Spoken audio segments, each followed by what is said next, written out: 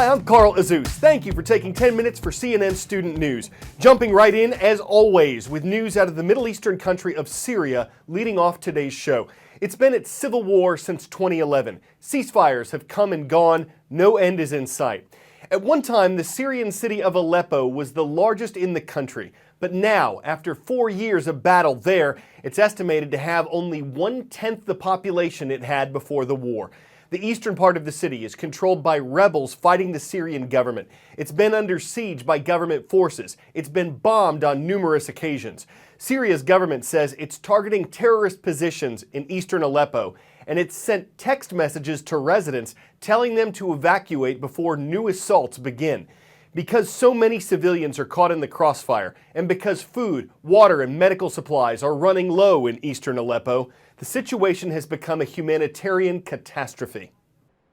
We've been talking to people in rebel-held East Aleppo who say they feel as if the international community has forgotten them, and they also feel that the Syrian regime, supported by that Russian flotilla just off the Syrian coast, is timing this final offensive to coincide with the distraction of the U.S. presidential transition. They feel that the world is looking the other way, and they are fearful that the explosions that happened on Tuesday, the huge explosions that rocked several different neighborhoods around East Aleppo, are just going to be the beginning of another horrific onslaught, much like what they saw just 3 weeks ago when there was that month of continuous bombing when 500 people died, including far too many children.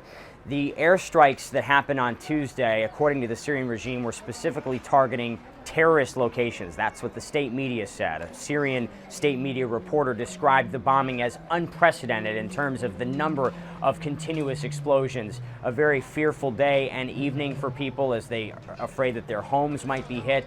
They're also fearful for hospitals, marketplaces, and other soft targets that we've seen from our own on-the-ground reporting often are collateral damage or perhaps intentional targets in this bombing campaign. We've seen the Syrian regime use this technique in the past, where the aerial bombardment coincides with ground troops surrounding a rebel-held area, not allowing in any food or medicine, and also not allowing in any munitions. So the bombardment would continue, people become hungrier and more desperate, and then they send a message basically saying you can either starve and be bombed or get on buses, leave your homes, and go elsewhere.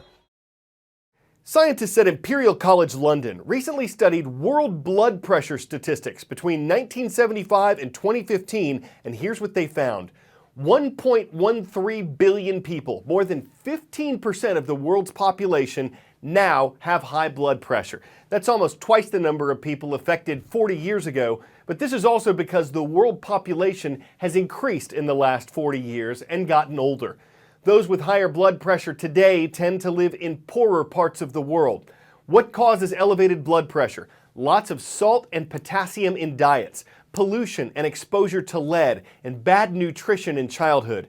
High blood pressure can increase your risk of strokes, heart, and kidney disease. But blood pressures aren't rising everywhere. Rates have dropped in the U.S. and Canada. Experts say better food options and health services have helped. The drought in the U.S. Southeast has contributed to the spread of dozens of wildfires. The U.S. Forest Service says more than 30 large fires have scorched more than 80,000 acres, that's like 80,000 football fields, in Alabama, Georgia, Kentucky, North and South Carolina, and Tennessee. But that's just the big fires. Yesterday, there were more than 67 total fires burning in Tennessee alone. There are states of emergency in several places. Hundreds of people have been hospitalized in Tennessee with breathing problems related to the fires. Wednesday's air quality index in Atlanta, Georgia, miles away from any of the fires, was unhealthy. In Chattanooga, Tennessee, it was 151. What exactly does that mean? The one thing you need to know is that if you are like many who suffer when the air quality is poor, relief could be just a click away. There's something called the Air Quality Index, or the AQI, and it keeps track of how clean or polluted the air is on a day-to-day basis. The Environmental Protection Agency calculates the AQI on 5 major pollutants that are regulated by the Clean Air Act. Ground level ozone and particle pollution are the greatest threat to human health. The air quality index runs from 0 to 500, with 500 being the most unhealthy. Anything over 100 could be considered unhealthy for sensitive groups. We're talking about people with asthma as well as heart conditions. Everyone will start feeling the effects of poor air quality when the number reaches 150 or above. Anything over 300 is considered hazardous air quality. It's encouraged on these high-level days to limit your outdoor activities and stay indoors. Exercising outdoors during one of these high-level days could result in serious health consequences. So before you go outside, check the AQI to protect yourself and to have better health. Well, if you've been close to an electric or hybrid car passing by, you might have noticed that it is quieter than a typical gasoline-powered car. Too quiet, as far as the U.S. government is concerned. So the National Highway Traffic Safety Administration has a new rule for electric or hybrid cars sold in the U.S. They've got to make more noise. The rule takes effect in September of 2019. At that time, all manufacturers have to make sure that new battery-powered cars have sound alerts when they're traveling at 19 miles per hour or slower, and that's backwards and forwards. Why? To help pedestrians, especially people who are blind or have limited vision, know when there's a car nearby. The administration says people depend on their senses to alert them to possible danger, and that hearing as well as seeing the cars could increase safety. It says the alerts could help prevent 2,400 pedestrian injuries every year. Critics say electric vehicles are supposed to be quiet, and they're concerned that the sound alerts could cause noise pollution.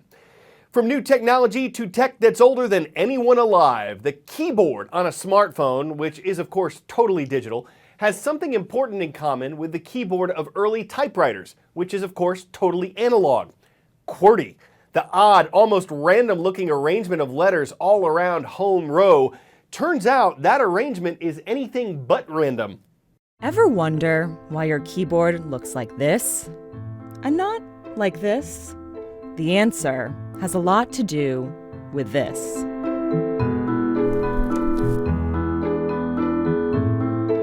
QWERTY's creators never typed out exactly what they were thinking, and although not everyone agrees, this is why most experts believe the keyboard is laid out the way it is. The first typewriters had keyboards of all shapes and sizes, but inventors soon learned they needed to stagger the keys to stop them from getting stuck together. In 1867, newspaper editor Christopher Latham Scholes was working on one early version. His first keyboard had the second half of the alphabet on top and the first half on the bottom, but the keys were still getting jammed. Ugh.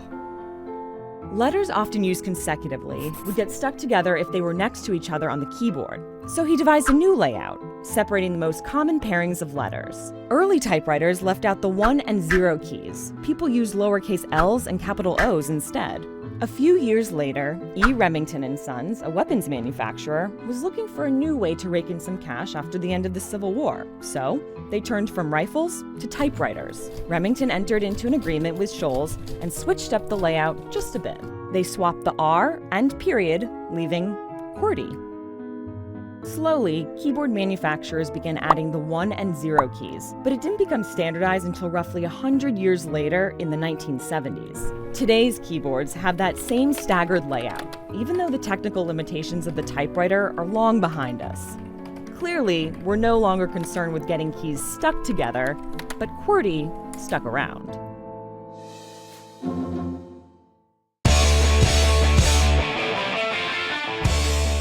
Before we go, this mannequin challenge thing has gone to the dogs. Exhibit A comes to us from an Instagram account called Zoe the Frenchie, as in French Bulldog. She looks so lifelike, but doesn't lift a paw as the camera pans from her to her coveted Cheetos.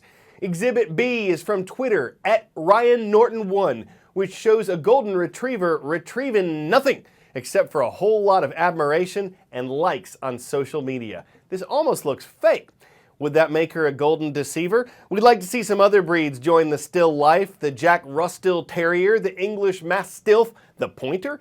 Any of these animals could be Mannequin's best friend, but the champ would have to be a Bichon Frise. I'm Carl Azuz for CNN Student News.